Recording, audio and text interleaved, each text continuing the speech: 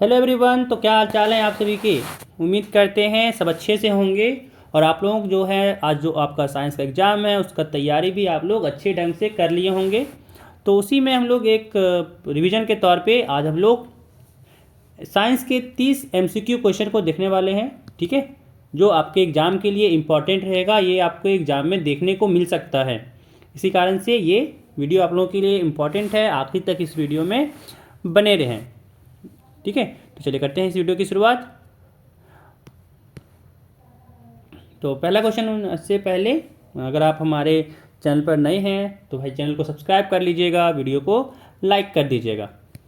ठीक है, और साथ ही फ्रेंड के साथ शेयर भी कर लीजिएगा। तो देखिए पहला क्वेश्चन यहाँ पे है कि उच्च कोटि का पॉलिश किया हुआ कांच का पृष्ठ कहलाता है। इसका आंसर हो जाएगा आपका सी, दर्पण। ठीक है, इसका आंसर सी हो जाएगा। देखिए अगला सवाल कि 30 सेंटीमीटर फोकस दूरी के अवतल दर्पण के फोकस पर एक वस्तु को रखा गया है, तो प्रतिबिंब की दर्पण से दूरी है। इसका हो जाएगा सी नंबर, अनंत। ठीक है, इसका आंसर अनंत हो जाएगा। चलिए अगला सवाल देखिए, कह रहा है एक अवतल लेंस की फोकस दूरी 20 सेंटीमीटर है, तो उसकी क्षमता क्या होगी। ठीक है, देखिए बनाते हैं।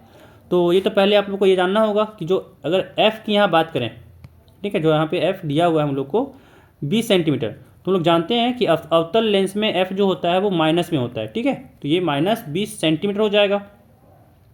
अब देखिए यहाँ पे, तो यहाँ पे अगर हम लोग निकालें, यहाँ पे अगर हम लोग निकालें पावर, ठीक है, तो पावर क्या हो जाएगा।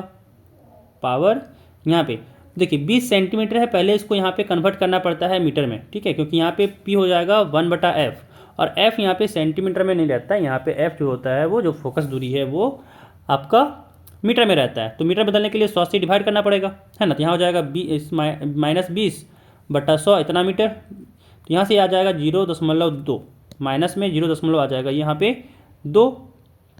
ठीक है, -0.2 मीटर आ गया। अब इसको यहाँ पे रखेंगे तो क्या हो जाएगा, -0.2, माइनस ऊपर गया, ऊपर 10, 2 से 10 घटा 5 बार में, तो आ गया यहाँ पे -5 डायोप्टर। ऑप्शन डी हो जाएगा इसका आंसर। तो तीसरा का डी हो गया। चलिए अगला देखिए, कह रहा अवतल लेंस में आवर्धन बराबर होता है, तो चौथा का आपका आंसर हो जाएगा भी बी हो जाएगा v/u। चलिए अगला सवाल देखिए, कह रहा है नेत्र गोलक लंबा होने से कौन सा दृष्टि दोष उत्पन्न होता है। तो पांचवा का आपका आंसर हो जाएगा ए नंबर, निकट दृष्टि दोष। ठीक है, चलिए अगला सवाल देखिए, कह रहा तीव्र प्रकाश में पुतली की आकृति हो जाती है, तो 6 का आपका आंसर हो जाएगा ए नंबर, छोटी। अगला सवाल देखिए, कह रहा है निम्न में कौन सा मात्रक एम्पियर के बराबर है। ठीक है, तो 7 का आपका आंसर हो जाएगा ए नंबर, क्योंकि शायद आप लोग फॉर्मूला पढ़े होंगे कि आई जो होता है वो होता है Q/T। ये फॉर्मूला आपको आता ही होगा, है ना। तो Q क्या हुआ, चार्ज है, चार्ज का ऐसा यूनिट कूलम होता है, और T यहाँ पे टाइम है, तो टाइम का हो जाएगा सेकेंड, यानी कूलम पर सेकेंड हो जाएगा। ठीक है, चलिए अगला सवाल देखिए, कह रहा है कि यदि 1 ओम के 10 प्रतिरोध समानांतर क्रम में संयोजित हो, ठीक है, तो कह रहा हो तो उनका परिणामी प्रतिरोध होगा, है ना। देखिए यहाँ पे समानांतर क्रम में जोड़ा गया है, यहाँ पे आप लोग पढ़े होंगे कि 1 जो R इक्विवेलेंट होता है ये होता है 1/R1 प्लस 1/R2, ऐसे करके आ जाएगा 1/R10 हो जाएगा। देखिए सब R1 R2 R10 सब 1 ओम है ना। तो सब जगह पे क्या हो जाएगा 1/1 प्लस 1/1 प्लस 1/1, ये पूरा 10 बार आएगा, है ना। तो यहाँ से क्या हो जाएगा 1 + 1 + 1 आ जाएगा आपका 10 बार, यानी 1 जो R इक्विवेलेंट आपका आया वो हो गया 10 ओम। ठीक है, अब R इक्विवेलेंट चाहिए था हम लोग को, है ना, परिणामी प्रतिरोध चाहिए था, तो क्या हो जाएगा इसको पलटना पड़ेगा, यानी R इक्विवेलेंट यहाँ से हो जाएगा 1/10 ओम। ठीक है, यानी यहाँ से हो जाएगा आंसर डी। तो 8 का यहाँ पे डी आंसर हो गया। चलिए अगला सवाल देखिए, अब कह रहा है एक क्षैतिज सीधी तार में धारा की दिशा पूरब से पश्चिम की ओर है, तार की ठीक नीचे स्थित बिंदु पर चुंबकीय क्षेत्र की दिशा होगी, है ना, वो पूछा जा रहा है कि भाई चुंबकीय क्षेत्र की दिशा क्या होगी। तो 9 का आपका हो जाएगा आंसर ए, उत्तर से दक्षिण। ठीक है, उत्तर से दक्षिण हो जाएगा। चलिए अगला सवाल देखिए, कह रहा है पृथ्वी ऊर्जा का मुख्य स्रोत क्या है ना। तो याद रखिएगा इसका आंसर डी नंबर हो जाएगा, सूर्य। चलिए अगला सवाल देखिए, कह रहा है Zn + CuSO4, ये बन गया ZnSO4 + Cu। ठीक है, कह रहा है ये किस प्रकार की अभिक्रिया है। तो देखिए क्या हुआ, Cu का यहाँ पे पहले यहाँ पे SO4 के साथ था, Cu हट गया, उसकी जगह पे Zn आ गया। इसका मतलब Cu का क्या हुआ, विस्थापन हुआ। Cu का यहाँ पे क्या हुआ, विस्थापन हुआ, है ना। तो ये जाएगा यहाँ पे आंसर इसका हो जाएगा सी, विस्थापन अभिक्रिया। अगला सवाल देखिए, कह रहा है चांदी के ऊपर काली परत का चढ़ना उदाहरण है ना। तो 12 नंबर का आपका हो जाएगा ए नंबर, संक्षारण का उदाहरण है ये। चलिए अगला सवाल देखिए, कह रहा है कि अम्ल के जलीय विलयन में निम्न में से कौन उत्पन्न होती है। ठीक है, तो 13 नंबर का आपका आंसर हो जाएगा बी, H+ आयन उत्पन्न होता है। अगला सवाल देखिए, कह रहा है विरंजक चूर्ण का रासायनिक सूत्र है। तो इसका आंसर हो जाएगा आपका C number, CaCO Cl2, calcium oxychloride. अगला सवाल देखिए, कह रहा है निम्न में कौन सी धातु सर्वाधिक तन्य है। ठीक है, मतलब कौन सा ज़्यादा पतला किया जा सकता है। तो 15 का हो जाएगा ए नंबर, सोना को बहुत पतला किया जा सकता है। चलिए अगला सवाल देखिए, कह रहा है धातुओं की क्रियाशीलता का सही क्रम है। तो इसका आंसर आपका हो जाएगा डी नंबर, सोडियम, फिर मैग्नीशियम, फिर जिंक, फिर कॉपर। चलिए अगला सवाल देखिए, कह रहा है कार्बन की संयोजकता है ना। तो जो कार्बन का संयोजकता हो जाएगा आपका यहाँ पे, इसका हो जाएगा सी नंबर 4। ठीक है, 17 का सी हो जाएगा 4। अगला सवाल देखिए, कह रहा है लंबी श्रृंखला वाले कार्बोक्सिलिक अम्लों के सोडियम को कहते हैं। तो इसका आंसर हो जाएगा आपका बी, साबुन। ठीक है, साबुन कहते हैं। अगला सवाल देखिए, कह रहा है सिलिकॉन है आधुनिक आवर्त सारणी के किस वर्ग का सदस्य है।